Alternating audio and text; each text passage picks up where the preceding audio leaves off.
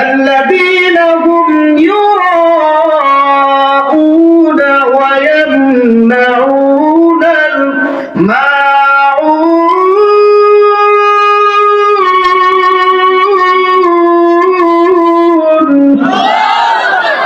الله قال فويل للمصلين মুসল্লিরা ধ্বংস হোক আল্লাযীনা হুম আন সালাতিহিম সাহুন যারা নামাজ পড়ে হেলায়া দুলায়া লোক দেখানোর জন্য যারা নামাজ পড়ে আল্লাযীনা হুম ইউআউন ওয়া ইয়ামনাউনাল মাউন লোক দেখানোর জন্য একদল মানুষ নামাজ পড়ে কি করে না পড়ে আল্লাহ কি জানে না জানে মানুষের দেখে জানে বুঝে এরপর ভয়ের কথা কয় না আল্লাহ কোরআনে আগে জানাই দিয়েছে যে তোমরা যেটা দেখবা জানবা এটা আমি আল্লাহ আগে কোরআনে বলে দিয়েছি সুবহানাল্লাহ বলেকা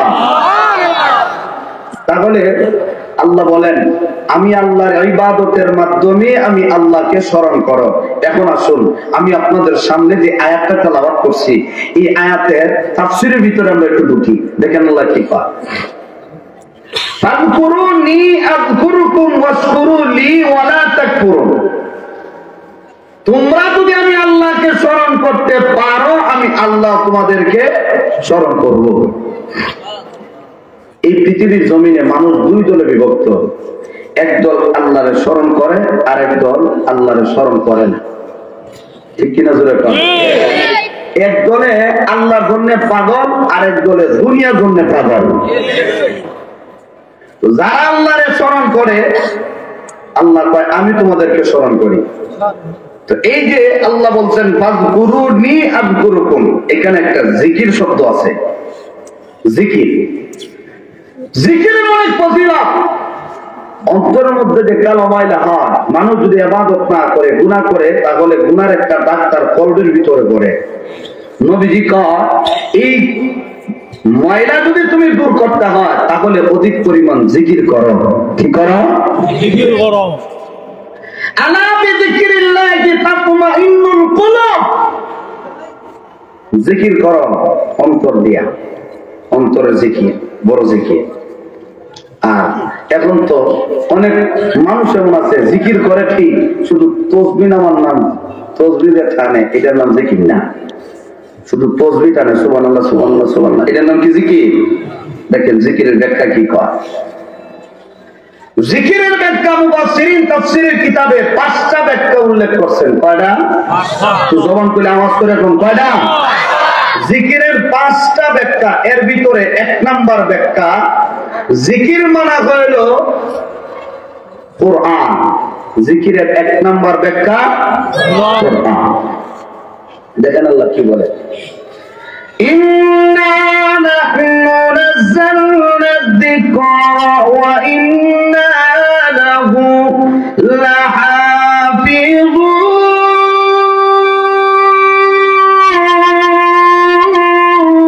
লাহাফিযুন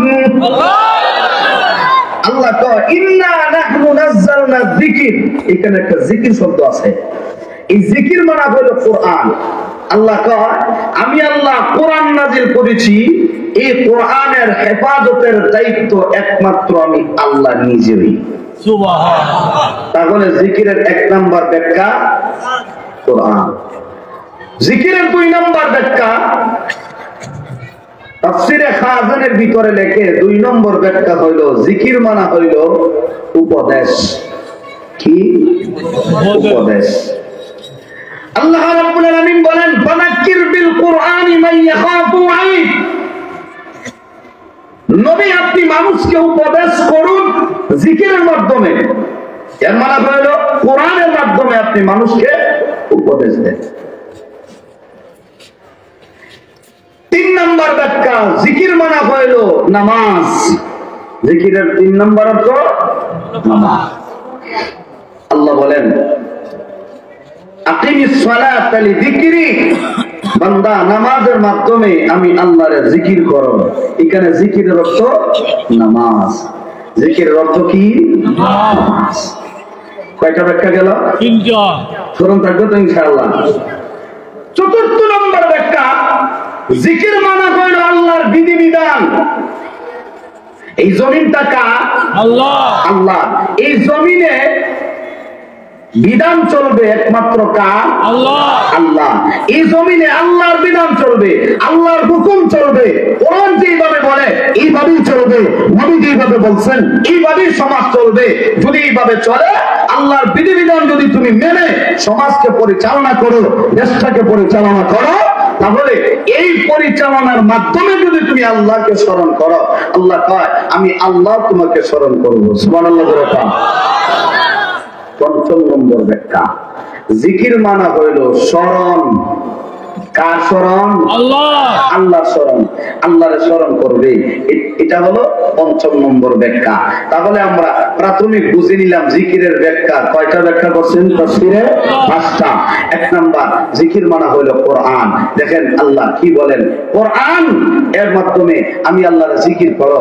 এর অর্থ হইল তুমি কোরআন তেলাওয়াতের মাধ্যমে আমি আল্লাহকে যদি স্মরণ করতে পারো, আমি আল্লাহ তোমাকে স্মরণ করব। সুবহানাল্লাহ।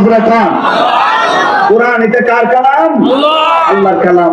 আল্লাহর সাথে যদি বান্দা তুমি সম্পর্ক লাগাইতে চাও, তাহলে কোরআনের সাথে কথা বলো, কালামের সাথে কথা কাও, আল্লাহর সাথে কথা কাও।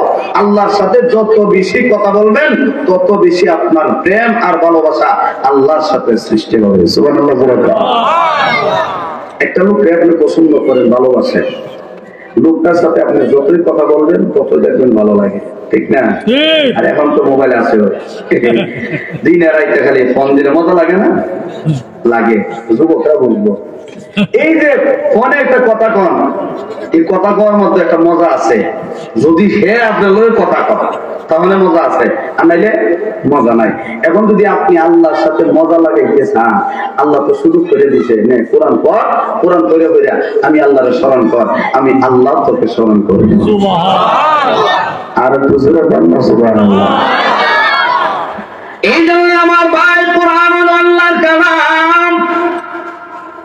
আল্লাহ রাব্বুল আলামিন বলেন, এ বান্দা কোরআন তেলাওয়াতের মাধ্যমে আমি আল্লাহকে স্মরণ কর।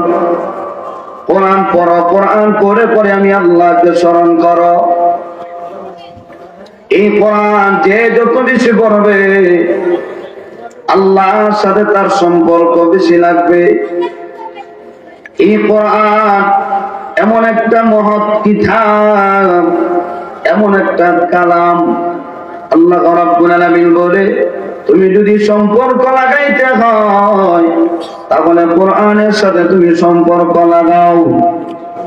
আল্লাহ রাব্বুল আলামিন বলে, এ বান্দা, তুমি যদি নেকি অর্জন করতে চাও, কোরআনকে গ্রহণ করো।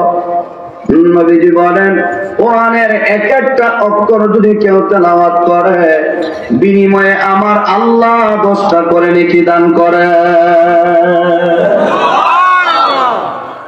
قال رسول الله صلى الله عليه وسلم من قرأ حرفا من كتاب الله فله حسنة والحسنة بعشر أمثالها।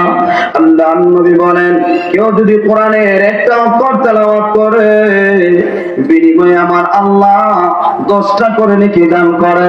এই নেকি যদি তুমি অর্জন করতে হয়, তাহলে কোরআন তেলাওয়াত করো। কোরআন তেলাওয়াত ছাড়া বিকল্প রাস্তা নাই। তুমি কোরআন গ্রহণ করো। কোরআন যদি গ্রহণ করতে পারো, তাহলে তোমার সম্মান বাড়বে, তোমার মর্যাদা বাড়বে। কোরআন যারা গ্রহণ করেছে, এই লোকটার সম্মান বেড়েছে।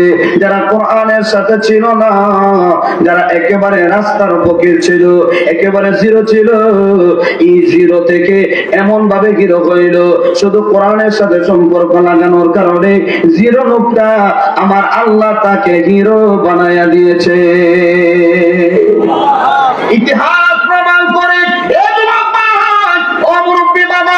যে ওমরের কোন সম্মান ছিল না, যে ওমরকে কেউ মূল্যায়ন করত না, এই ওমর কোরআনকে গ্রহণ করার কারণে এই ওমরের এত সম্মান বাড়লো, এত মর্যাদা বাড়লো যে ওমরের আঙ্গুলের ইশারায় অর্ধ পৃথিবী রাজত্ব করেছে। সুবহানাল্লাহ।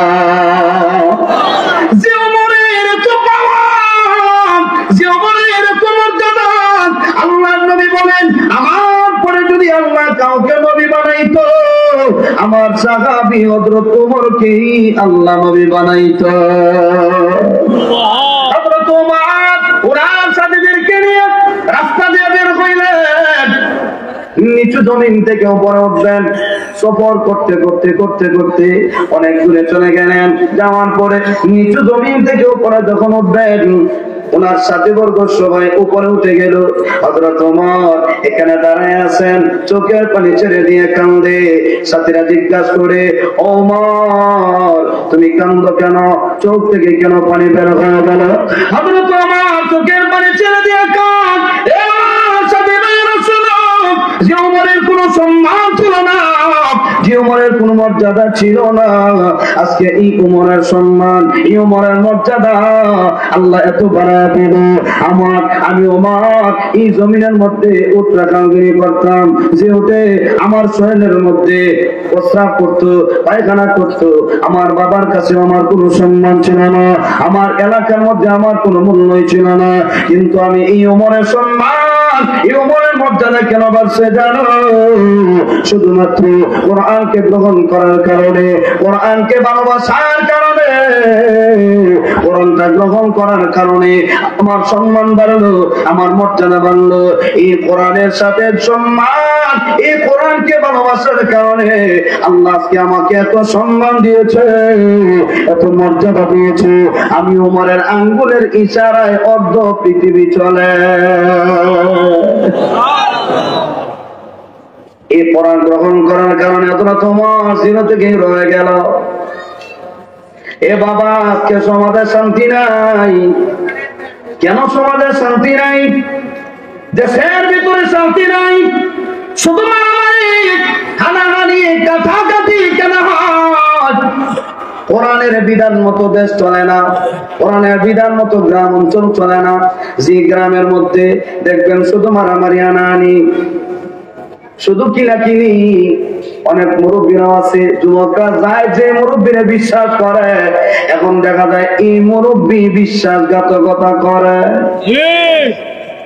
বিচারের জন্য নিরুপায় একজন মানুষ গেল তার কাছে বিচারটা সমাধান দেওয়ার জন্য, এখন দেখা যায় কোরআনের কথা স্মরণ নাই। যেদিকে মামু বেশি, বিচারের সমাধান ওই দিকে যায়। এইদিকে মামু ধরায় দেওয়া যায়, ওইদিকে বিচারটা চলে যায়। আগের রাত্রে গিয়া কয়, ও চাচা নে 10,000 টেবিলের নিচে ধরায় দিছি, বাড়িতে নিচে আছে, তুমি কেন? আমি তো কুমারগাঁও তেমুখী থাকি, তো এখানে কয়েকদিন আগে মারামারি বিষয় লাগে, মনে আপনারা দেখছেন। টুকের বাজার সরুগাঁও আর কুমারগাঁও বিরাট মারামারি হয়েছে। এখন বিচার যখন শুরু হয়েছে, কিছু মুরব্বী দায়িত্বটা আমার দেওয়া, আরো কিছু মুরব্বী দায়িত্ব আমাদের কাছে দেন, আমরা সমাধান করে দিই। যেটি আগে কয় এটি আরো বেশি খাইতে খা, আর পিছনে যদি কইছে এটি কম খায়, বেশি খায় না, কম খায়। তাহলে আমি একটু স্কেল মেরে আমার ব্রেনে যতটুকু আমি গবেষণা করে পাইছি, এখানে যেটি সমাধান করার জন্য আসবে সমাধান হইতো না, আরো ডাবল ফিটাফিটির সিস্টেম হইতো। এই পর্যন্ত 2.5 মাস গেছে, বিচারের এখনো কোন সিস্টেম হইছে না। কেন হইতো না? আরো যাইব, সময় যাইব, হবে না। কারণ এখনো মুরব্বীদের পকেটে টাকা গিয়ে ঢুকছেন, ঠিক কিনা? জোরে কন। টাকা ঢুকলেই বিচার শুরু হয়ে যাবে। এখন যে দোষী, এটা দোষী না করে টাকা বেশি দিলাম, এটা নির্দোষী বানাই দিলে বিশ্বাস করবেন কারে? কারে বিশ্বাস করবেন আপনি? যাদেরকে বিশ্বাস করবেন, আজকে দেখা যায় সমাজ এরা উল্টাপাল্টা চালায়, কোরআনের বিধান মতো সমাজ চলে না। নিজের ঘরের দিকে, নিজের ঘরের দিকে দেখেন, ঘরটা পর্যন্ত সঠিকভাবে চলে না। ছোটবেলা দেখলাম মা চাচিরা ফজরের নামাজ পড়ে কোরআন থেকে সূরা ইয়াসিন তেলাওয়াত করে রান্না বসাইতো। মুরব্বী যারা ছিল ওরা যেমন পারি নামাজটা পড়ে পড়ে আসার পরে একটা বর্তনের মধ্যে বলের মধ্যে পান্তাবাদ দিত, কাঁচামরিচ 2টা, লবণ ছাড়াই পুরা বনের বাচ্চা। আর এখন ট্যাবলেট খাইও এক বল ভাত খাওয়া দেন সম্ভব নেই। আগের যে একটা যুগ আছে এটার মধ্যে শান্তি আছে, আর এখন যে বর্তমান দিকে আছে যত আগাইব কিয়ামতের আলামত, যত আগাইবে ততই অশান্তি, তত এই জন্য সুন্দরভাবে যদি তোমার জীবনটা পরিচালনা করতে হয়, এ বাবা কোরআন গ্রহণ করো, কোরআনের স্পর্শে আসো, কোরআনকে মহব্বত করো, কোরআন তেলাওয়াত করো, কোরআনের সাথে সম্পর্ক লাগাও। আল্লাহ রাব্বুল আলামিন বলে, বান্দারে কোরআন তেলাওয়াতের মাধ্যমে আমি আল্লাহকে যদি স্মরণ করতে পারো, আমি আল্লাহ তোমাদেরকে স্মরণ করব। দেখেন আল্লাহ রাব্বুল আলামিন আল্লাহ কোরআন নাযিল করছে, আল্লাহ কয় ইবাদতের দায়িত্ব আমি আল্লাহর হাতে। অতএব কোরআনের সাথে যারা বেঈমানি করে, কোরআনের সাথে যারা অপমাননা করে, যারা কোরআনকে অসম্মান করে, আল্লাহ তাদেরকে দুনিয়াতে সাইজ করে। অতএব যারা কোরআনকে মহব্বত করে, আমার আল্লাহ কয় আমি আল্লাহ তাদেরকে ভালোবাসি, আমি আল্লাহ তাদেরকে মহব্বত করি। এই জন্য নবী নিজেও কোরআন তেলাওয়াত করছেন, নবী সাহাবীদেরকেও কোরআন তেলাওয়াত শিক্ষা দিয়েছে।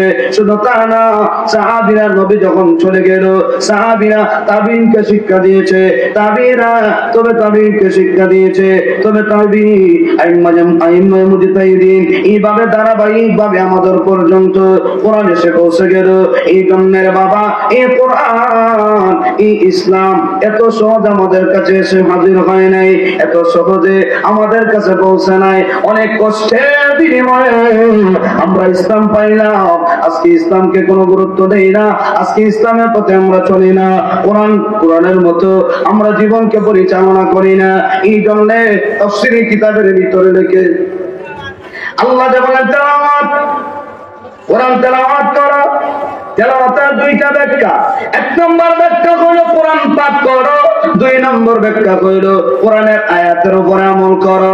1 নম্বর কোরআন পাঠ করো, যে যত বেশি কোরআন পাঠ করবা আমার আল্লাহ তোমাকে তত বেশি সম্মান বাড়ায় দিবে।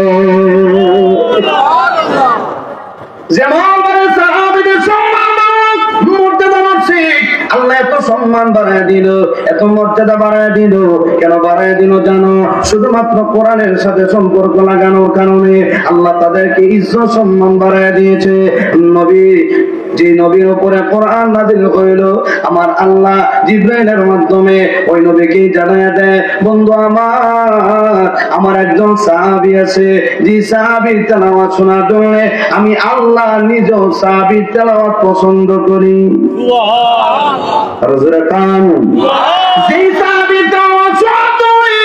আমি আল্লাহ প্রস্তুত আছি, অতএব আপনি নিজেও প্রস্তুতি গ্রহণ করেন। আমার একজন সাহাবী, যে সাহাবীর তেলাওয়াত আপনি নিজে শুনবেন, আমি আল্লাহ শুনবো। দুনিয়াতে আপনি আপনার সাহাবীদেরকে নিয়ে কোরআন তেলাওয়াত শুনবেন, আর আমি আল্লাহ আমার ফেরেশতাদেরকে নিয়ে ওই বান্দার তেলাওয়াত আমি আল্লাহ শুনবো। হযরত উবাই ইবনে কাব রাদিয়াল্লাহু আনহু নবীর একজন সাহাবী। হযরত উবাই ইবনে কাব, যে কাব কোরআনকে এত মহব্বত করত, এত ভালোবাসত, কোরআন এত বেশি তেলাওয়াত করত, আল্লাহ রাব্বুল আলামিন জিবরাইলের মাধ্যমে জানায়া দেয়, বন্ধু গো আপনি যান আমার অমুক সাহাবী, যে সাহাবীর নাম হযরত উবাই ইবনে কাব, ওই উবাই ইবনে কাবের কাছে যান, আপনি নিজে তেলাওয়াত শুনেন, আমি আল্লাহ শুনবো, আপনি তেলাওয়াত শুনেন।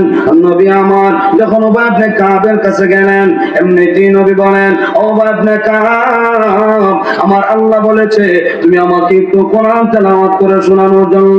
হযরত উবাই ইবনে কাব রাদিয়াল্লাহু আনহু, ইয়া রাসূলুল্লাহ, ইয়া হাবিবাল্লাহ, ও আল্লাহর নবী, এই কোরআন আপনার উপর নাযিল হইল, এই কোরআন বুঝে আমি আপনাকে তেলাওয়াত করে শোনাবো।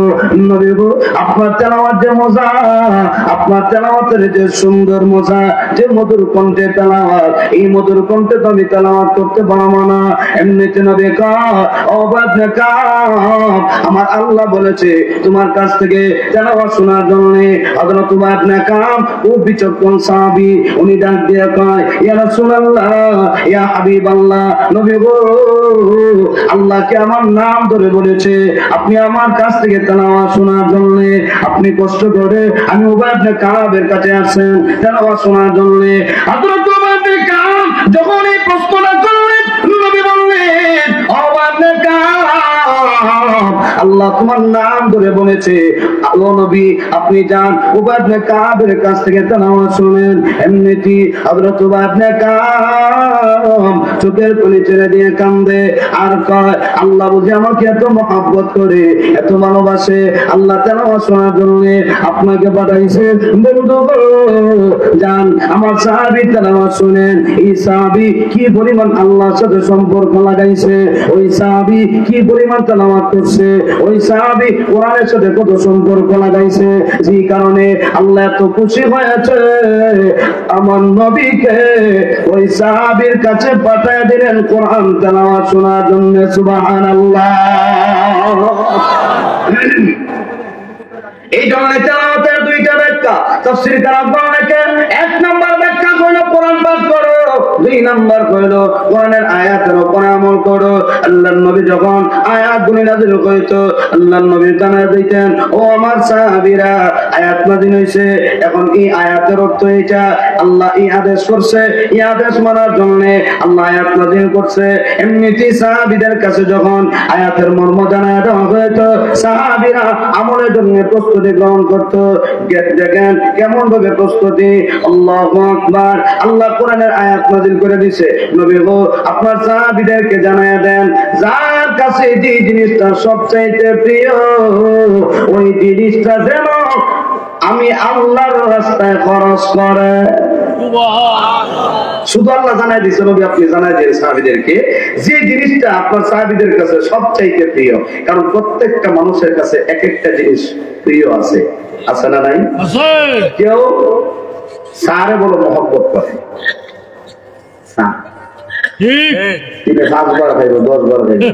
কেউ আবার দিনে 100 বার পান খায়, ঠিক পছন্দ নাই না হলে খায় কেমনে। কারো কাছে দেখা যায় আবার টাকা বড় প্রিয়, গুঞ্জাতে রাখে, প্রয়োজনে বাজারে আইতে যাইব, 5 টাকা ভাড়া দিত না, আছে না? টাকাটা বড় মহব্বত করে, সম্পদ জমা। আবার অনেক মানুষ আছে এখানে মিষ্টিরে বড় পছন্দ করে, আছে না নাই? এক একটা মানুষের কাছে এক একটা জিনিস প্রিয়। আল্লাহ কয়, নবী আপনি জানাই দেন সাহাবীদের কাছে, যার কাছে যে জিনিসটা প্রিয় ওই জিনিসটা যেন আল্লাহর রাস্তায় খরচ করে। খালি এটা জানাই দিচ্ছেন। যে মুহূর্তে সাহাবীদের কাছে এই কানের মধ্যে আওয়াজটা ঢুকছে যে আল্লাহ কইছে যার কাছে যেটা প্রিয় এটা দান করো, এক একজন সাহাবী এক একটা জিনিস দান করতে শুরু করছে। সুবহানাল্লাহ জোরে কাও। একজন সাহাবী কয়, ইয়া রাসূল, ইয়া হাবিবাল্লাহ, ও আল্লাহর নবী, আমার কাছে চিনি বড় পছন্দনীয়, আমার ঘরে যত চিনি আছে আমি আল্লাহর রাস্তায় খরচ করে দিলাম। সুবহানাল্লাহ। আটা যদি চিনি বড় তুমি তাকে দিব না, এক কাপ চা হয় রাজি না, চিনি দেবো আধা কেজি, চিনি পছন্দ, আল্লাহ রাস্তায় দিলাম। আরেকজন সাহাবী ডাক দেয়া কয়, ইয়া রাসূলুল্লাহ, ইয়া হাবিবাল্লাহ, আমি একটা বাগানের ভিতরে আমার ফ্যামিলি নিয়ে অবস্থান করি, আমার সন্তানগুলিও ওই বাগানের ভিতরে থাকে, ওই বাগান থেকে আমার সারা বছরের ইনকাম আসে। নবী গো, এই বাগানটাকে আমি বড় পছন্দ করি, বড় মহব্বত করি। নবী গো, এই বাগানটা এই মুহূর্তে আপনাকে সাক্ষী রেখে আমি আল্লাহ রাস্তায় খরচ করে দিলাম। ওই সাহাবী বাগানটা আল্লাহ রাস্তায় দেওয়ার পরে বাগানের ভিতরে বিবি আছে, সন্তানগুলি আছে, বিবি তো জানে না আল্লাহ রাস্তায় খরচ করে দিয়েছে। সাহাবী আবার বাগানের ভিতরে ঢুকে না, যে জিনিস আল্লাহ রাস্তায় দিলাম ওই জিনিসটার ভিতরে কেমনে ঢুকবো, অতএব ঢুকবো না। বাগানের বাগির থেকে আওয়াজ দেয়া কয়, বিবি আমার, এই বাগানের মালিক এখন আমি না, বাগানটা আল্লাহ রাস্তায় খরচ করে দিলাম। বাগানের ভিতরে ঢুকলে মহব্বত ঢুকে যাবে, ভালোবাসা ঢুকে যাবে, এই বাগানের প্রতি আমার একটা মহব্বত আছে, অতএব আমার এই মহব্বতটা ভিতরে ঢুকাবো না, আল্লাহ রাস্তায় দিয়ে দিলাম। বিবি গো, সন্তানগুলিকে নিয়ে বাগান থেকে বের হয়ে চলে আসো। কিতাবের ভিতরে লেখে সাহাবী যখন বের হয়, আবু দারদা রাদিয়াল্লাহু আনহু কত বিচক্ষণ একজন সাহাবী, বিচক্ষণ সাহাবীর স্ত্রীও দেখেন কতটুকু বিচক্ষণ।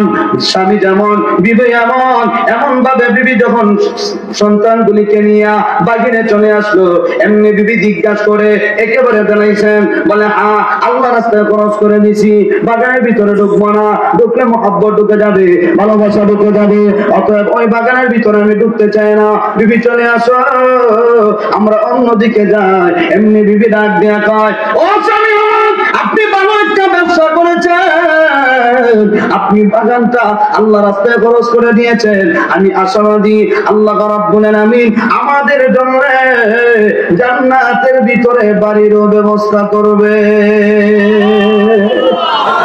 কেমন বিশ্বাস, কারণ আল্লাহ তো বলেছে ইন্নাল্লাহা আশতারা মিনাল মুমিনিনা আনফুসাহুম ওয়া আমওয়ালাহুম বিআন্না লাহুমুল জান্নাহ।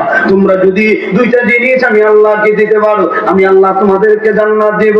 এক নাম্বার হলো তোমরা যদি জান দিতে পারো জান্নাত পাইবা, তোমরা যদি মাল দিতে পারো জান্নাত পাইবা।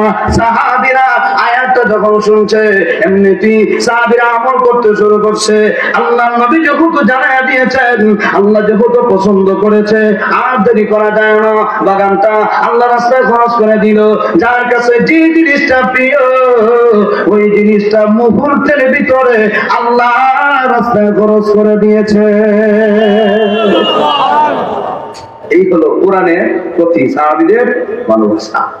আর আমাদের ভিতর কতটুকু ভালোবাসা, বারবার দুপুরে ওয়াজ করে নামাজ পছন্দ করেন চাইলেন না, রোজা রেখেন চাইলেন না, হজ করেন চাইলেন না, যাকাত দিয়েন চাইলেন না।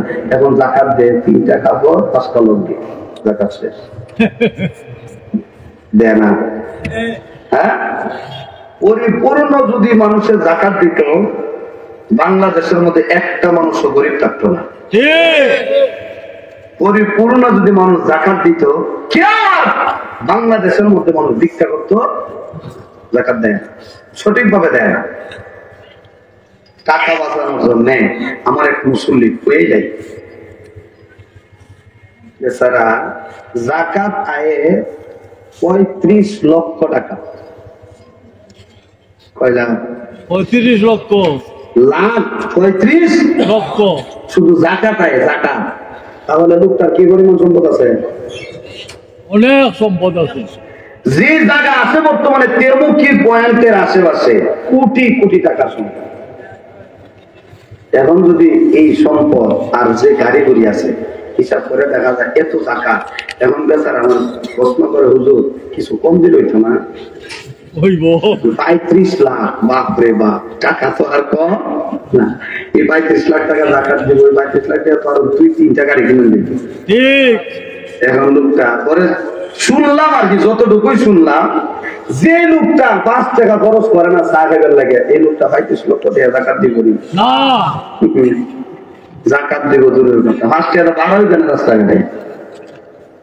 তাহলে এই যে লোকটা সম্পদ বানাইছে, সম্পদটা হালাল না নাকি হারাম? যাকাতের মাল, এটা গরিবের হক। আপনি গরিবের হক মেরে খাইলেন, আপনার এই পুরো সম্পদটাকে আপনি হারাম বানায় দিলেন। যত জীবন সম্পদ থাকবে তত জীবন হারাম খাইলেন। তাহলে ইবাদত করলে আল্লাহর কাছে ডাইরেক্ট কবর হয়ে গিয়া। এই জন্য আসেন জিকিরের 1 নাম্বার ব্যাখ্যা কি স্মরণ আসেনি? কি বলেন তো 1 নাম্বার ব্যাখ্যা কি? কোরআন। জিকিরের 1 নাম্বার ব্যাখ্যা কোরআন। আল্লাহ বলেন তোমরা যদি কোরআন তেলাওয়াতের মাধ্যমে আমি আল্লাহকে স্মরণ করতে পারো, আমি আল্লাহ তোমাদেরকে স্মরণ করব। সবাই জবান করে একবার আওয়াজ করে বলি সুবহানাল্লাহ। এবার আসুন 2 নম্বর ব্যাখ্যা। জিকিরের 2 নম্বর ব্যাখ্যা হলো উপদেশ। কি উপদেশ? নবী আপনি মানুষকে কোরআনের মাধ্যমে উপদেশ দেন, মানুষকে ঈমানের প্রতি দাওয়াত দেন। ফাযাক্কির বিল কোরআনি মান ইয়াখাফু ওয়াঈদ। বন্ধু, আপনি মানুষকে কোরআনের মাধ্যমে নসিহত করেন, উপদেশ দেন, ভয় দেখান, জাহান্নামের ভয় দেখান, জান্নাতের রূপ দেখান, জান্নাতের আশা যেন মানুষের ভিতরে ঢুকে, আর জাহান্নামের ভয় দেখান। নবী, আপনি মানুষকে উপদেশ করুন কোরআনের মাধ্যমে। সুবহানাল্লাহ।